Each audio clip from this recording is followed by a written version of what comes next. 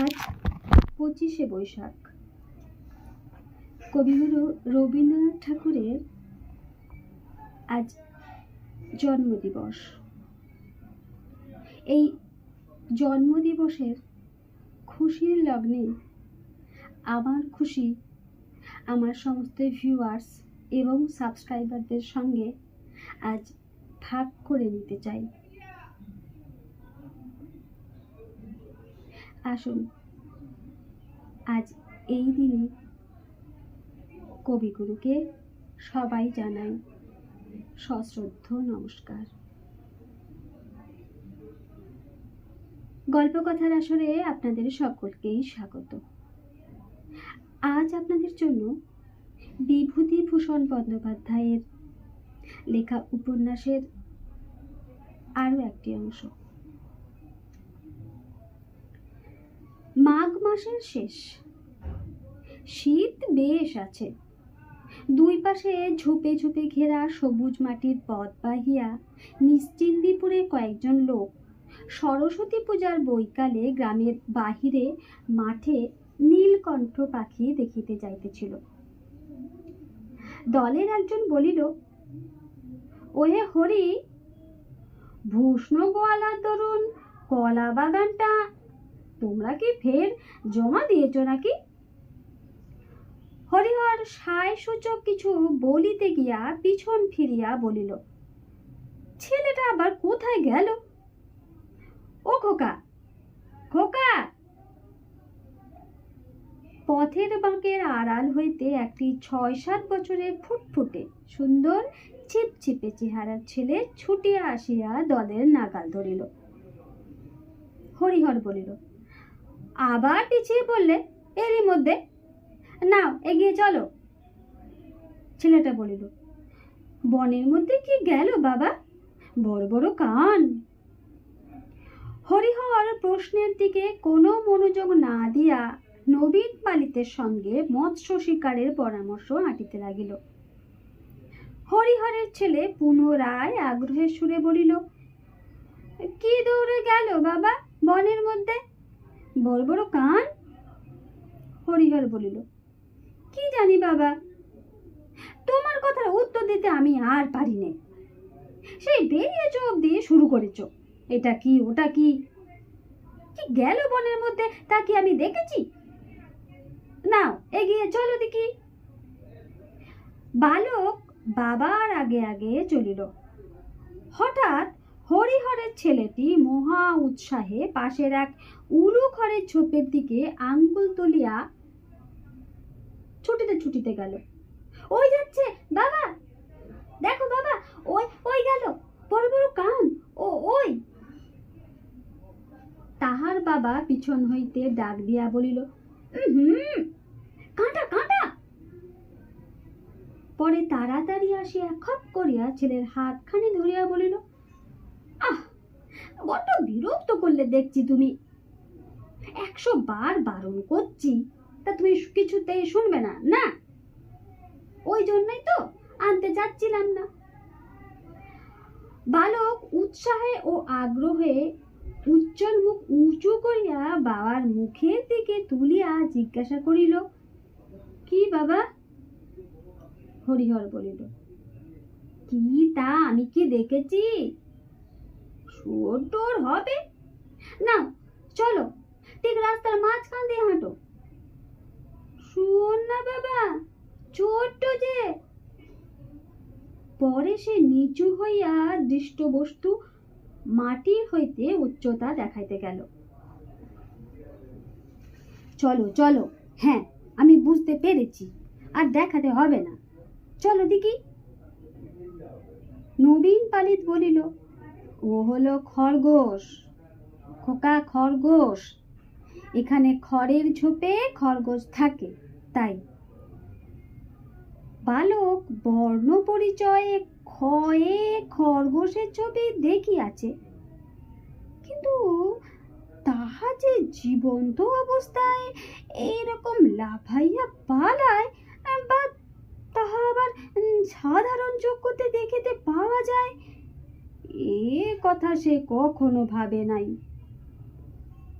খরগোশ, জীবন্ত, একেবারে তোমার সামনে লাফাইয়ে পালায়। ছবি না, কাঁচের পুতুল না, একেবারে কান খাড়া সত্যিকারের খরগোশ। এইরকম ভাট গাছ, বৈচি গাছের ঝোপে,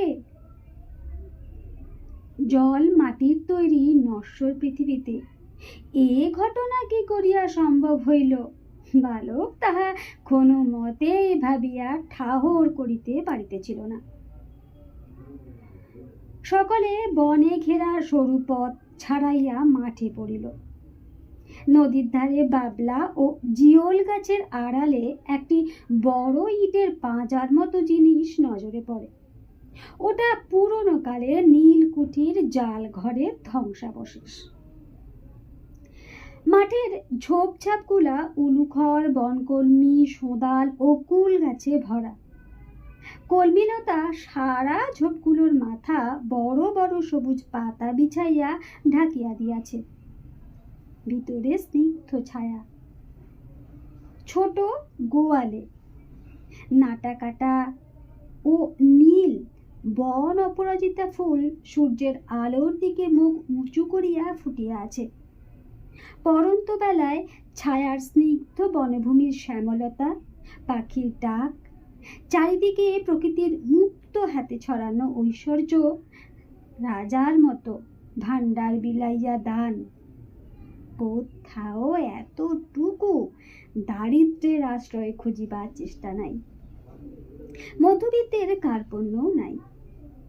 বেলা শেষের ইন্দ্রজালে মাঠ, নদী, বন মায়াময়। মাঠের মধ্যে বেড়াইতে বেড়াইতে নবীন পালিত মহাশয় একবার এই মাঠের উত্তর অংশের জমিতে শাঁক আলুর চাষ করিয়া কি রূপ লাভবান হইয়াছিলেন সে গল্প করিতে লাগিলেন। ক্রমে তাহা হইতে বর্তমানকালের দুর্মূল্যতা, আষাঢ়ুর বাজারে কুণ্ডুদের গোলদারি দোকান পুড়িয়া যাইবার কথা, গ্রামের দীনু গাঙ্গুলি মেয়ের বিবাহের তারিখ কবে পড়িয়াছে প্রভৃতি বিবিধ আবশ্যকীয় সংবাদের আদান প্রদান হইতে লাগিল। হরিহরের ছেলে বলিল, নীলকণ্ঠ পাখি কই বাবা? এই দেখো এখন বাবলা গাছে এক্ষুনি এসে বসবে। বালক মুখ উঁচু করিয়া নিকটবর্তী সমুদয় বাবলা গাছের মাথার দিকে চাহিয়া দেখিতে লাগিল। মাঠের ইতস্তত নিচু নিচু কুল গাছে অনেক কুল পাখি আছে। বালক অবাক হইয়া লুব্ধ দৃষ্টিতে সেদিকে চাহিয়া চাহিয়া দেখিল। কয়েকবার কুল পাড়িতে গিয়া বাবার বকুনিতে তাহাকে নিবৃত হইতে হইল। এত ছোট গাছে কুল হয়? তাহাদের পাড়ায় যে কুল গাছ আছে তাহা খুব উঁচু বলিয়া ইচ্ছা থাকিলেও সে সুবিধা করিতে পারে না। ভারী আকুশিটা দুই হাতে আঁকড়াইয়া ধরিয়া তুলিতেও পারে না। কুপথ্যের জিনিস লুকাইয়া খাওয়া কষ্টসাধ্য হইয়া পড়ে। এসে টের পায়। হরিহর বলিল, কুঠি কুঠি বলছিলে? ওই দেখো খোকা, সাহেবদের কুঠি দেখেছ? নদীর ধারের অনেকটা জুড়িয়া সেকালের কুঠিটা প্রাগৈতিহাসিক যুগের অতিকায় হিংস্র জন্তুর মতো কঙ্কালের মতো পড়িয়াছিল। বালক অবাক হইয়া চারিদিকে চাহিয়া চাহিয়া দেখিতেছিল। তাহার 6 বৎসরের জীবনে এই প্রথম সে বাড়ি হইতে এত দূরে আসিয়াছে। এতদিন নারাদের বাড়ি, নিজেদের বাড়ির সামনেটা, বড় জোর রানু দিদিদের বাড়ি, ইহাই ছিল তাহার জগতের সীমা। কেবল একদিন তাহাদের পাড়ার ঘাটে মায়ের সঙ্গে স্নান করিতে আসিয়া সে স্নানের ঘাট হইতে আবছা দেখিতে পাওয়া কুঠির ভাঙা জাল ঘরটার দিকে চাহিয়া চাহিয়া দেখিত। আঙ্গুল দিয়া দেখাইয়া বলিত, মা, ওই দিকে কি সেই কুঠি? সে তার বাবার মুখে, দিদির মুখে, আরো পাড়ার কত লোকের মুখে কুঠির মাঠের কথা শুনিয়াছে। কিন্তু আজ তাহার প্রথম সেখানে আসা। ওই মাঠের পরে ওদিকে বুঝি মায়ের মুখের সেই রূপকথার রাজ্য। শ্যামলঙ্কার দেশে ব্যঙ্গমা ব্যঙ্গমীর গাছের নিচে নির্বাসিত রাজপুত্র সেখানে তলোয়ার পাশে রাখিয়া একা শুইয়া রাত কাটায়। ওধারে আর মানুষের বাস নাই। জগতের শেষ সীমাটি এই। ইহার পর হইতে অসম্ভবের দেশ, অজানার দেশ শুরু হইয়াছে। বাড়ি ফিরিবার পথে সে পথের ধারে একটা নিচু ঝোপ হইতে একটা উজ্জ্বল রঙের ফলের থলো ছিঁড়িতে হাত বাড়াইল। তার বাবা বলিল, আহা, হাত দিও না, হাত দিও না, আলকুশি আলকুশি। কি যে তুমি করো বাবা, বড্ড জ্বালারে দেখছি। আর কোনো দিন কোথাও নিয়ে বেরুবে না, বলে দিলাম। এক্ষুনি হাত চুলকে ফোসকা হবে। পথের মাঝখান দিয়ে এত করে বলছি হাঁটতে, তা তুমি কিছুতেই শুনবে না।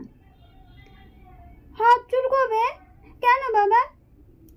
হাত চুলকবে, বিষ বিষ। আলকুশিতে কি কেউ হাত দেয় বাবা? সুঁয়ো ফুটে রি রি করে জ্বলবে এক্ষুনি, তখন তুমি চিৎকার শুরু করবে।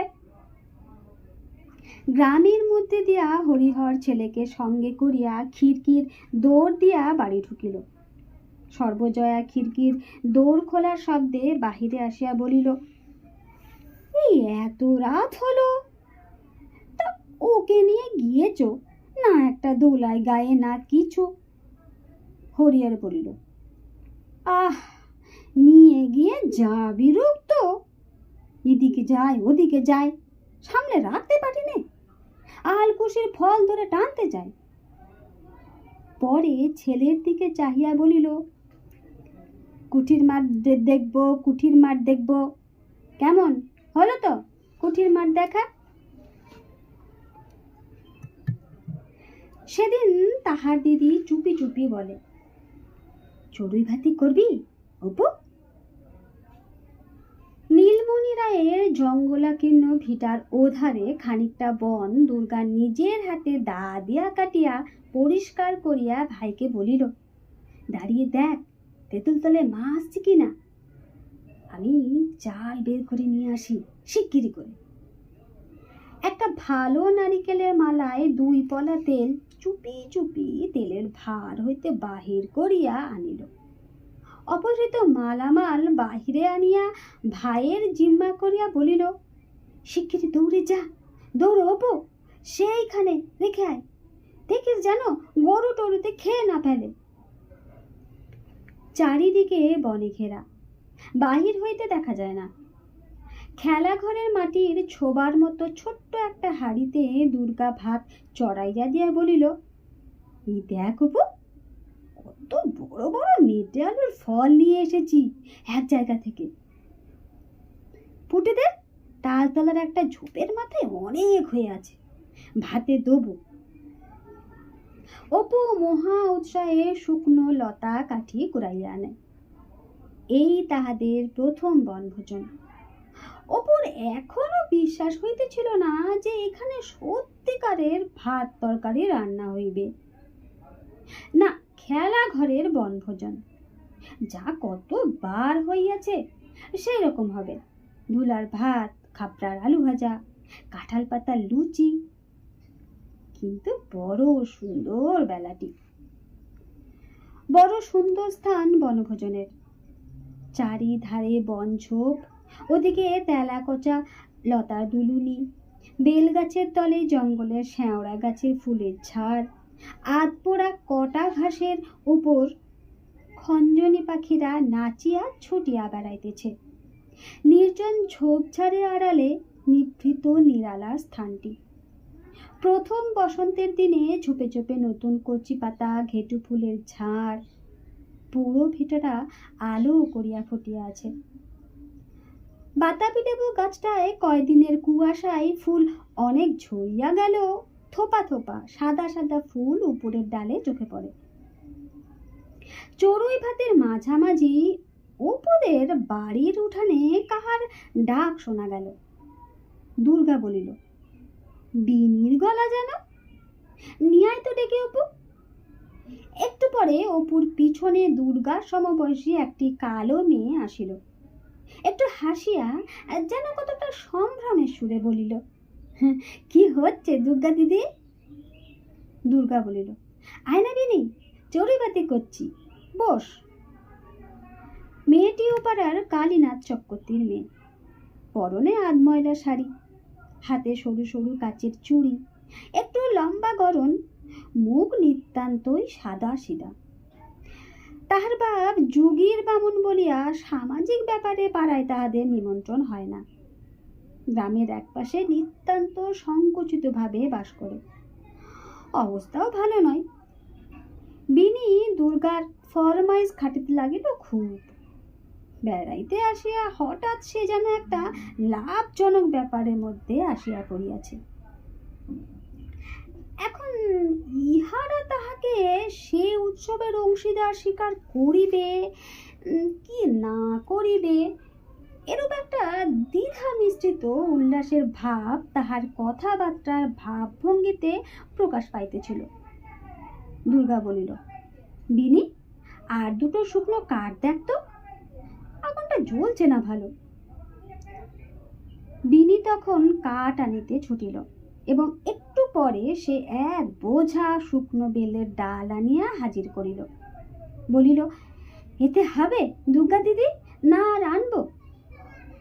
দুর্গা যখন বলিল, বিনি এসেছে, ও তো এখানে খাবে, আর দুটো চাল নিয়ে আয় অপু। বিনির মুখখানা খুশিতে উজ্জ্বল হইয়া উঠিল। খানিকটা পরে বিনি জল আনিয়া দিল। আগ্রহের সুরে জিজ্ঞাসা করিল, কি কি তরকারি দুর্গা দিদি? ভাত নামাইয়া দুর্গা ছোবাতে তেলটুকু দিয়া বেগুন তাহাতে ফেলিয়া দিয়া ভাজে। খানিকটা পরে সে অবাক হইয়া ছোবার দিকে চাহিয়া থাকে। অপুকে ডাকিয়া বলে, ঠিক একেবারে সত্যিকারের বেগুন ভাজার মতো রং হচ্ছে, দেখছিস অপু?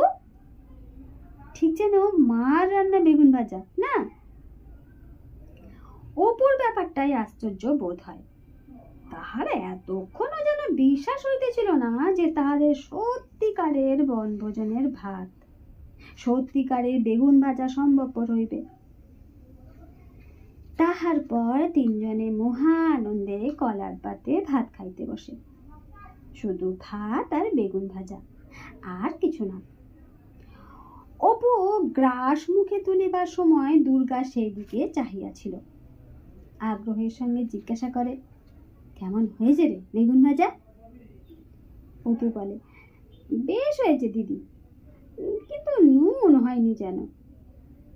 লবণকে রন্ধনের উপকরণের তালিকা হইতে ইহারা অদ্য একেবারেই বাদ দিয়াছে, লবণের বালাই রাখে নাই।